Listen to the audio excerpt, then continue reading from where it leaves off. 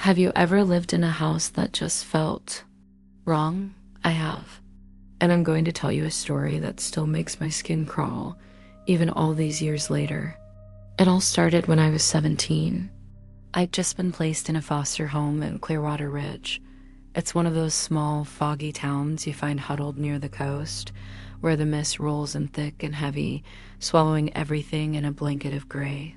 The house itself was something straight out of a horror movie. A classic Victorian two-story place, tall and imposing, with paint peeling off the sides like sunburned skin. Inside, it was all creaky wooden floors and narrow, winding staircases. You know the kind I'm talking about? The ones that groan and echo with every single step, announcing your every move to the entire house. It felt like the house was always watching, always listening. I've been living there for a few months, getting used to the routines, the constant creaks, and my new family, my foster parents, and my 11-year-old foster sister, Lily. She was a sweet kid, but a notorious sleepwalker. We'd often find her in the kitchen in the middle of the night, staring blankly at the fridge, or standing silently in the hallway. It was creepy at first, but we all got used to it. Or at least I thought we did. This one particular night, the house felt different. The usual sounds were there, the wind whistling through the old window frames, the distant foghorn from the coast, but there was a new kind of silence underneath it all. A heavy, waiting silence. It was way past midnight, probably closer to 1 a.m, and I woke up needing to use the bathroom.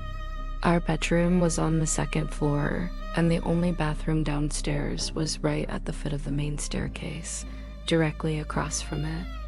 I slipped out of bed, trying my best not to wake Lily.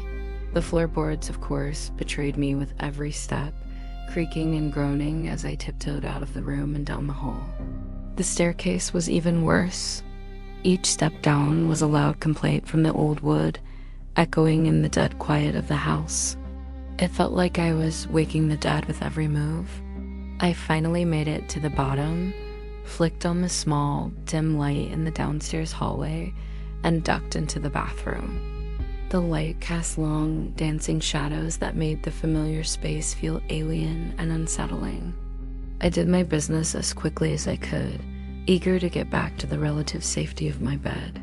I finished up, washed my hands, and opened the bathroom door to step back out into the hallway, and that's when I saw it. My heart just stopped. I was standing directly opposite the staircase, and my eyes were drawn upwards to the very top landing. And there, just at the edge of the darkness where the upstairs hall began, I saw the bottom of a long, white, old-fashioned nightgown. It was just the hem, hanging a few inches above the floor, gently swaying back and forth. It looked like it was made of old linen or cotton, the kind of thing you'd see in a history book.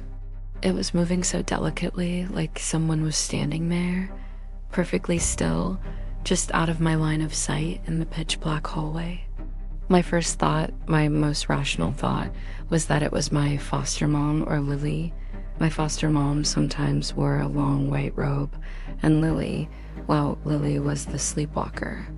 So I wasn't terrified, not yet, just a little startled. I kept my voice down to a whisper, not wanting to wake the whole house. "Hey," I said softly, my voice barely carrying up the stairs. "Do you want me to leave the light on for you?" There was no reply, just that heavy, oppressive silence. The gentle swaying of the nightgown stopped for a second. Then the figure, whoever or whatever it was, simply turned and glided away. I say glided because that's the only word for it. It wasn't walking. It was a smooth, silent, slow drift down the dark upstairs hallway, away from the top of the stairs and out of my sight. The movement was so unnaturally fluid, so eerie.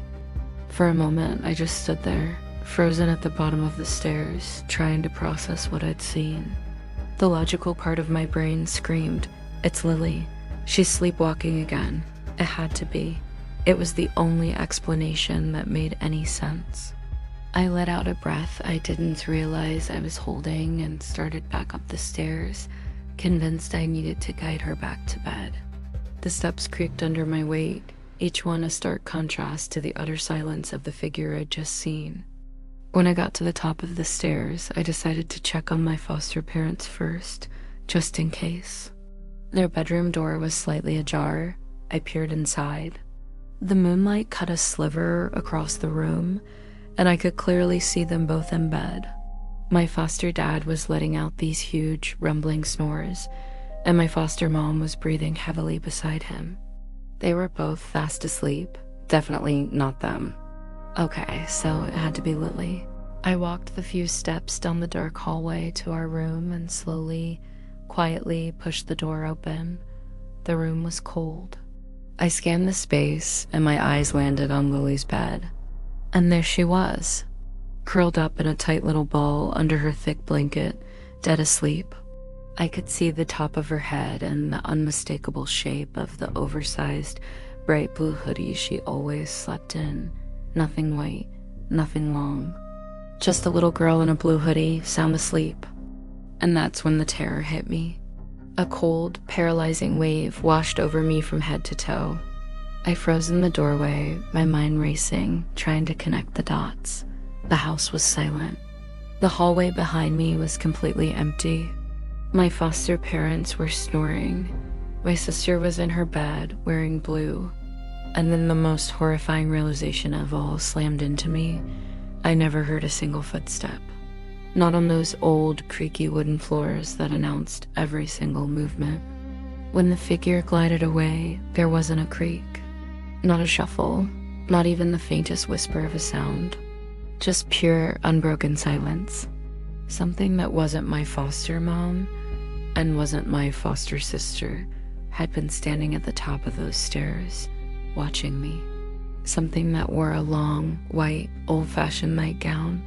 Something that didn't make a sound when it moved. I didn't scream. I didn't make a sound. I was too scared to. I just backed away from the hallway, pulled our bedroom door shut with a soft click, and locked it. My hands were shaking so badly I could barely turn the key. I stumbled across the room and dove into my bed, pulling the blankets all the way up and over my head, creating a tiny, suffocating fortress. I squeezed my eyes shut as tight as they would go. For the rest of that long, long night, I didn't dare open them. I just lay there, trembling, listening to the silence, because I knew with a certainty that chilled me to my very soul that something else was walking those halls, and it definitely wasn't anyone alive. I never told my foster family what I saw. How could I? But I'll never forget the image of that white nightgown swaying in the darkness. Thanks for listening to my story. If you've had a similar experience or just love a good scare, make sure to hit that subscribe button and turn on notifications. I have a lot more stories to share from that old house in Clearwater Ridge. Stay safe out there.